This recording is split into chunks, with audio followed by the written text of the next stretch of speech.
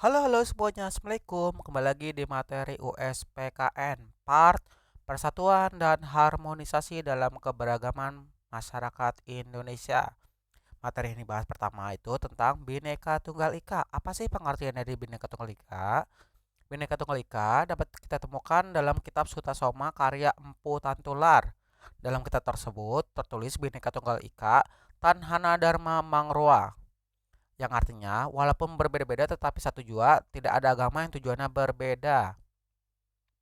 Lalu ada makna Bhinneka Tunggal Ika, mendorong lahirnya persatuan dan kesatuan berdasar pengalaman sejarah, semangat kedaerahan, menjadi bangsa Indonesia mudah diadu domba, menjadi penyaring persatuan kesatuan di tengah arus globalisasi yang membuat masuknya budaya asing, keanekaragaman suku, agama, ras, dan antar golongan merupakan modal terbentuknya persatuan dan kesatuan.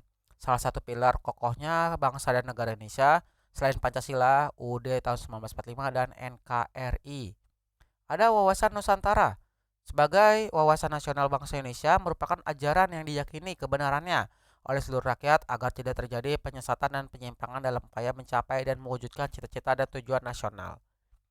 Wawasan Nusantara berarti cara pandang suatu bangsa tentang diri dan lingkungannya yang dijabarkan dari dasar falsafah dan sejarah bangsa tersebut sesuai dengan posisi dan kondisi geografis negaranya untuk mencapai tujuan atau cita-cita nasionalnya. Sebagai bangsa yang majemuk, penyelenggaraan kehidupan nasionalnya bangsa Indonesia berdasarkan wawasan Nusantara tampak pada hal-hal sebagai berikut. Konsep kesatuan politik, di mana mengandung pengertian kedaulatan wilayah nasional beserta kekayaannya merupakan satu kesatuan wilayah, wadah, ruang hidup, modal, dan milik bangsa Indonesia. Bangsa Indonesia yang terdiri dari berbagai suku dan bahasa, memeluk dan meyakini berbagai agama dan percaya kepada Tuhan Yang Maha Esa, harus merupakan suatu kesatuan bangsa yang bulat dalam arti seluas-luasnya. Secara psikologis, bangsa Indonesia juga harus merasa satu rasa, senasib sepenanggungan, sebangsa dan setanah air. Pancasila adalah satu-satunya falsafah serta ideologi bangsa dan negara Indonesia. Seluruh kepulauan Nusantara merupakan satu kesatuan hukum.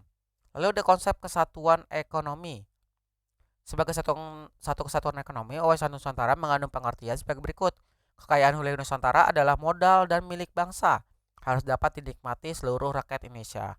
Tingkat perkembangan ekonomi harus serasi dan seimbang di seluruh daerah. Kehidupan perekonomian di wilayah Nusantara merupakan kesatuan ekonomi berdasarkan atas asas kekeluargaan. Konsep kesatuan sosial budaya mengandung pengertian sebagai berikut. Masyarakat Indonesia sebagai satu bangsa memiliki kehidupan yang serasi dan selaras sesuai dengan tingkat kemajuan bangsa. Budaya Indonesia pada hakikatnya adalah satu. Konsep persatuan, pertahanan, dan keamanan. Wawasan Nusantara mengandung pengertian sebagai berikut. Ancaman terhadap satu pulau atau satu daerah pada hakikatnya merupakan ancaman terhadap seluruh bangsa dan negara. Tiap warga negara mempunyai hak dan kewajiban yang sama dalam rangka pembelaan warga negara dan bangsa. Lalu ada implementasi wawasan Nusantara akan menciptakan kehidupan masyarakat yang mengakui, menerima, dan menghormati segala bentuk perbedaan sebagai karunia Sang Pencipta. Selain itu, implementasi wawasan Nusantara juga menciptakan kehidupan yang rukun dan bersatu, tanpa membeda-bedakan suku, asal daerah, agama, kepercayaan, serta golongan dan status sosial. Permasalahan keberagaman dalam masyarakat Indonesia. Bentuk keragaman masyarakat Indonesia terlihat dalam hal sosial budayanya. Masyarakat multikultural dipandang sebagai masyarakat yang memiliki beragam kelompok sosial dengan sistem norma dan kebudayaan yang berbeda-beda.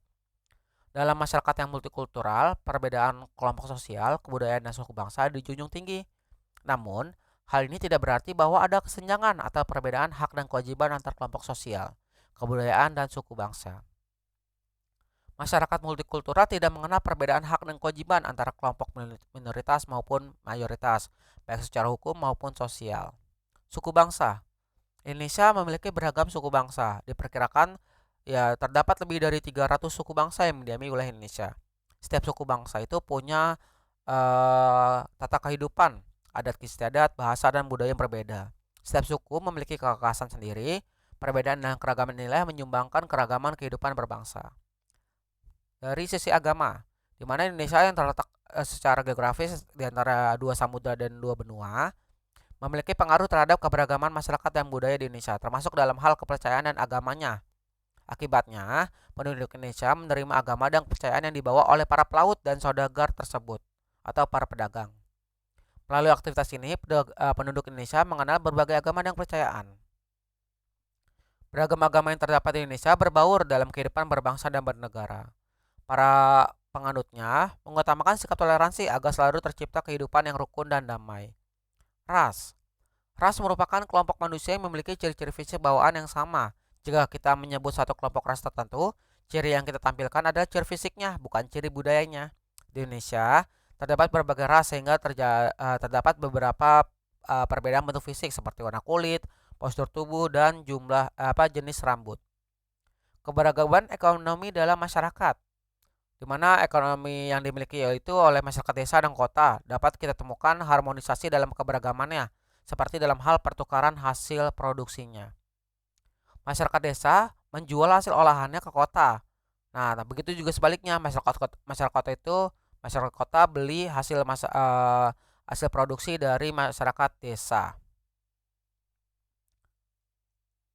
Dan masyarakat desa juga membeli hasil produksi yang dijual di perkotaan ya, seperti misalkan kayak traktor, mesin penanam padi, mesin penebar pupuk, semprotan hama, dan lain-lain.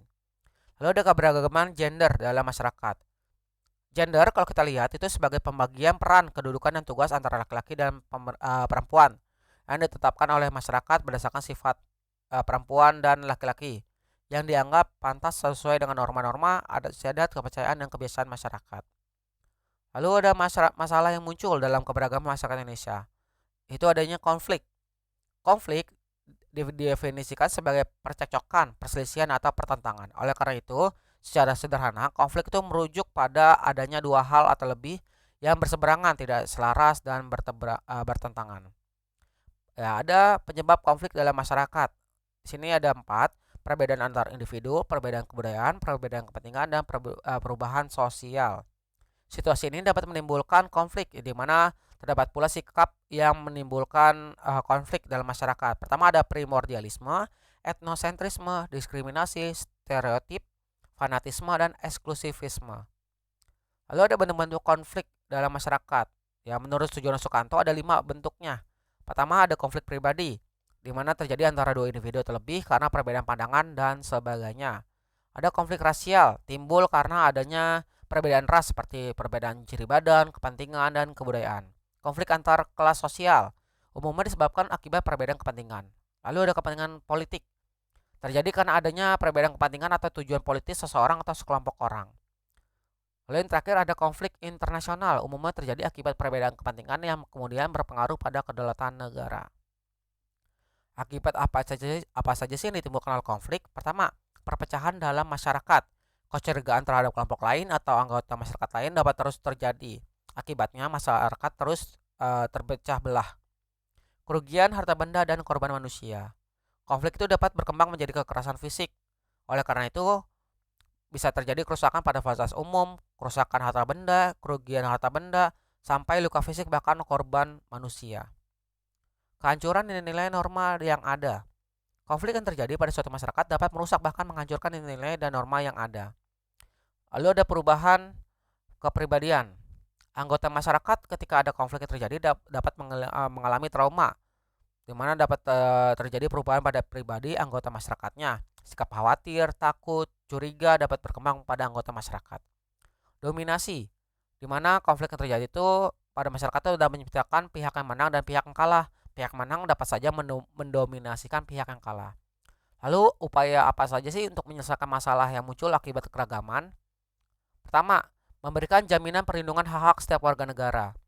Undang-Undang Dasar tahun 1945 menjamin setiap warga negaranya, terdapat pada pasal 28A, bahwa setiap orang itu berhak untuk hidup serta berhak mempertahankan hidup dan kehidupannya. Lalu pasal 28E ayat 1, 2, dan 3, pasal 28I ayat 1, 2, 3, 4, dan 5, pasal 28J ayat 1 dan 2. Lalu ada pengikat persatuan dan rasa kebangsaan yang tercantum dalam Undang-Undang tahun 1945. Pasal 35 tentang bendera negara Indonesia ialah sang merah putih. Pasal 36 tentang bahasa negara yaitu bahasa Indonesia. Pasal 36A tentang lambang negara yaitu Garuda Pancasila dengan semboyan Bhinneka Tunggal Ika. Dan pasal 36B lagu kebangsaan ialah Indonesia Raya. Upaya represif yang dilakukan pemerintah untuk menyelesaikan masalah yang muncul akibat keberagaman masyarakat Indonesia. Melakukan penangkapan atas pihak-pihak yang bertanggung jawab dalam upaya aktif dalam melakukan perpecahan terkait keberagaman masyarakat. Melakukan hukuman terhadap pihak-pihak yang secara hukum terbukti akibat dalam upaya melakukan perpecahan terkait keberagaman masyarakat. Upaya preventif yang dilakukan pemerintah untuk menyelesaikan masalah yang muncul. Pertama, selalu bersikap ramah, bersahabat, bersikap positif, dan saling membantu sesama warga masyarakat. Masalah perbedaan terjadi dipecahkan dengan bermusyawarah secara bijaksana, penuh pengertian, saling menghargai, dan tanpa paksaan. Menciptakan kerjasama antara anggota masyarakat dan antar kelompok dalam masyarakat. Tiap warga negara itu belajar berkomunikasi secara efektif dan berdiskusi mengenai perbedaan yang ada, sehingga situasinya itu saling memahami satu sama lainnya. Lalu ada harmoni keberagaman masyarakat Indonesia. Pengertian harmoni keberagaman.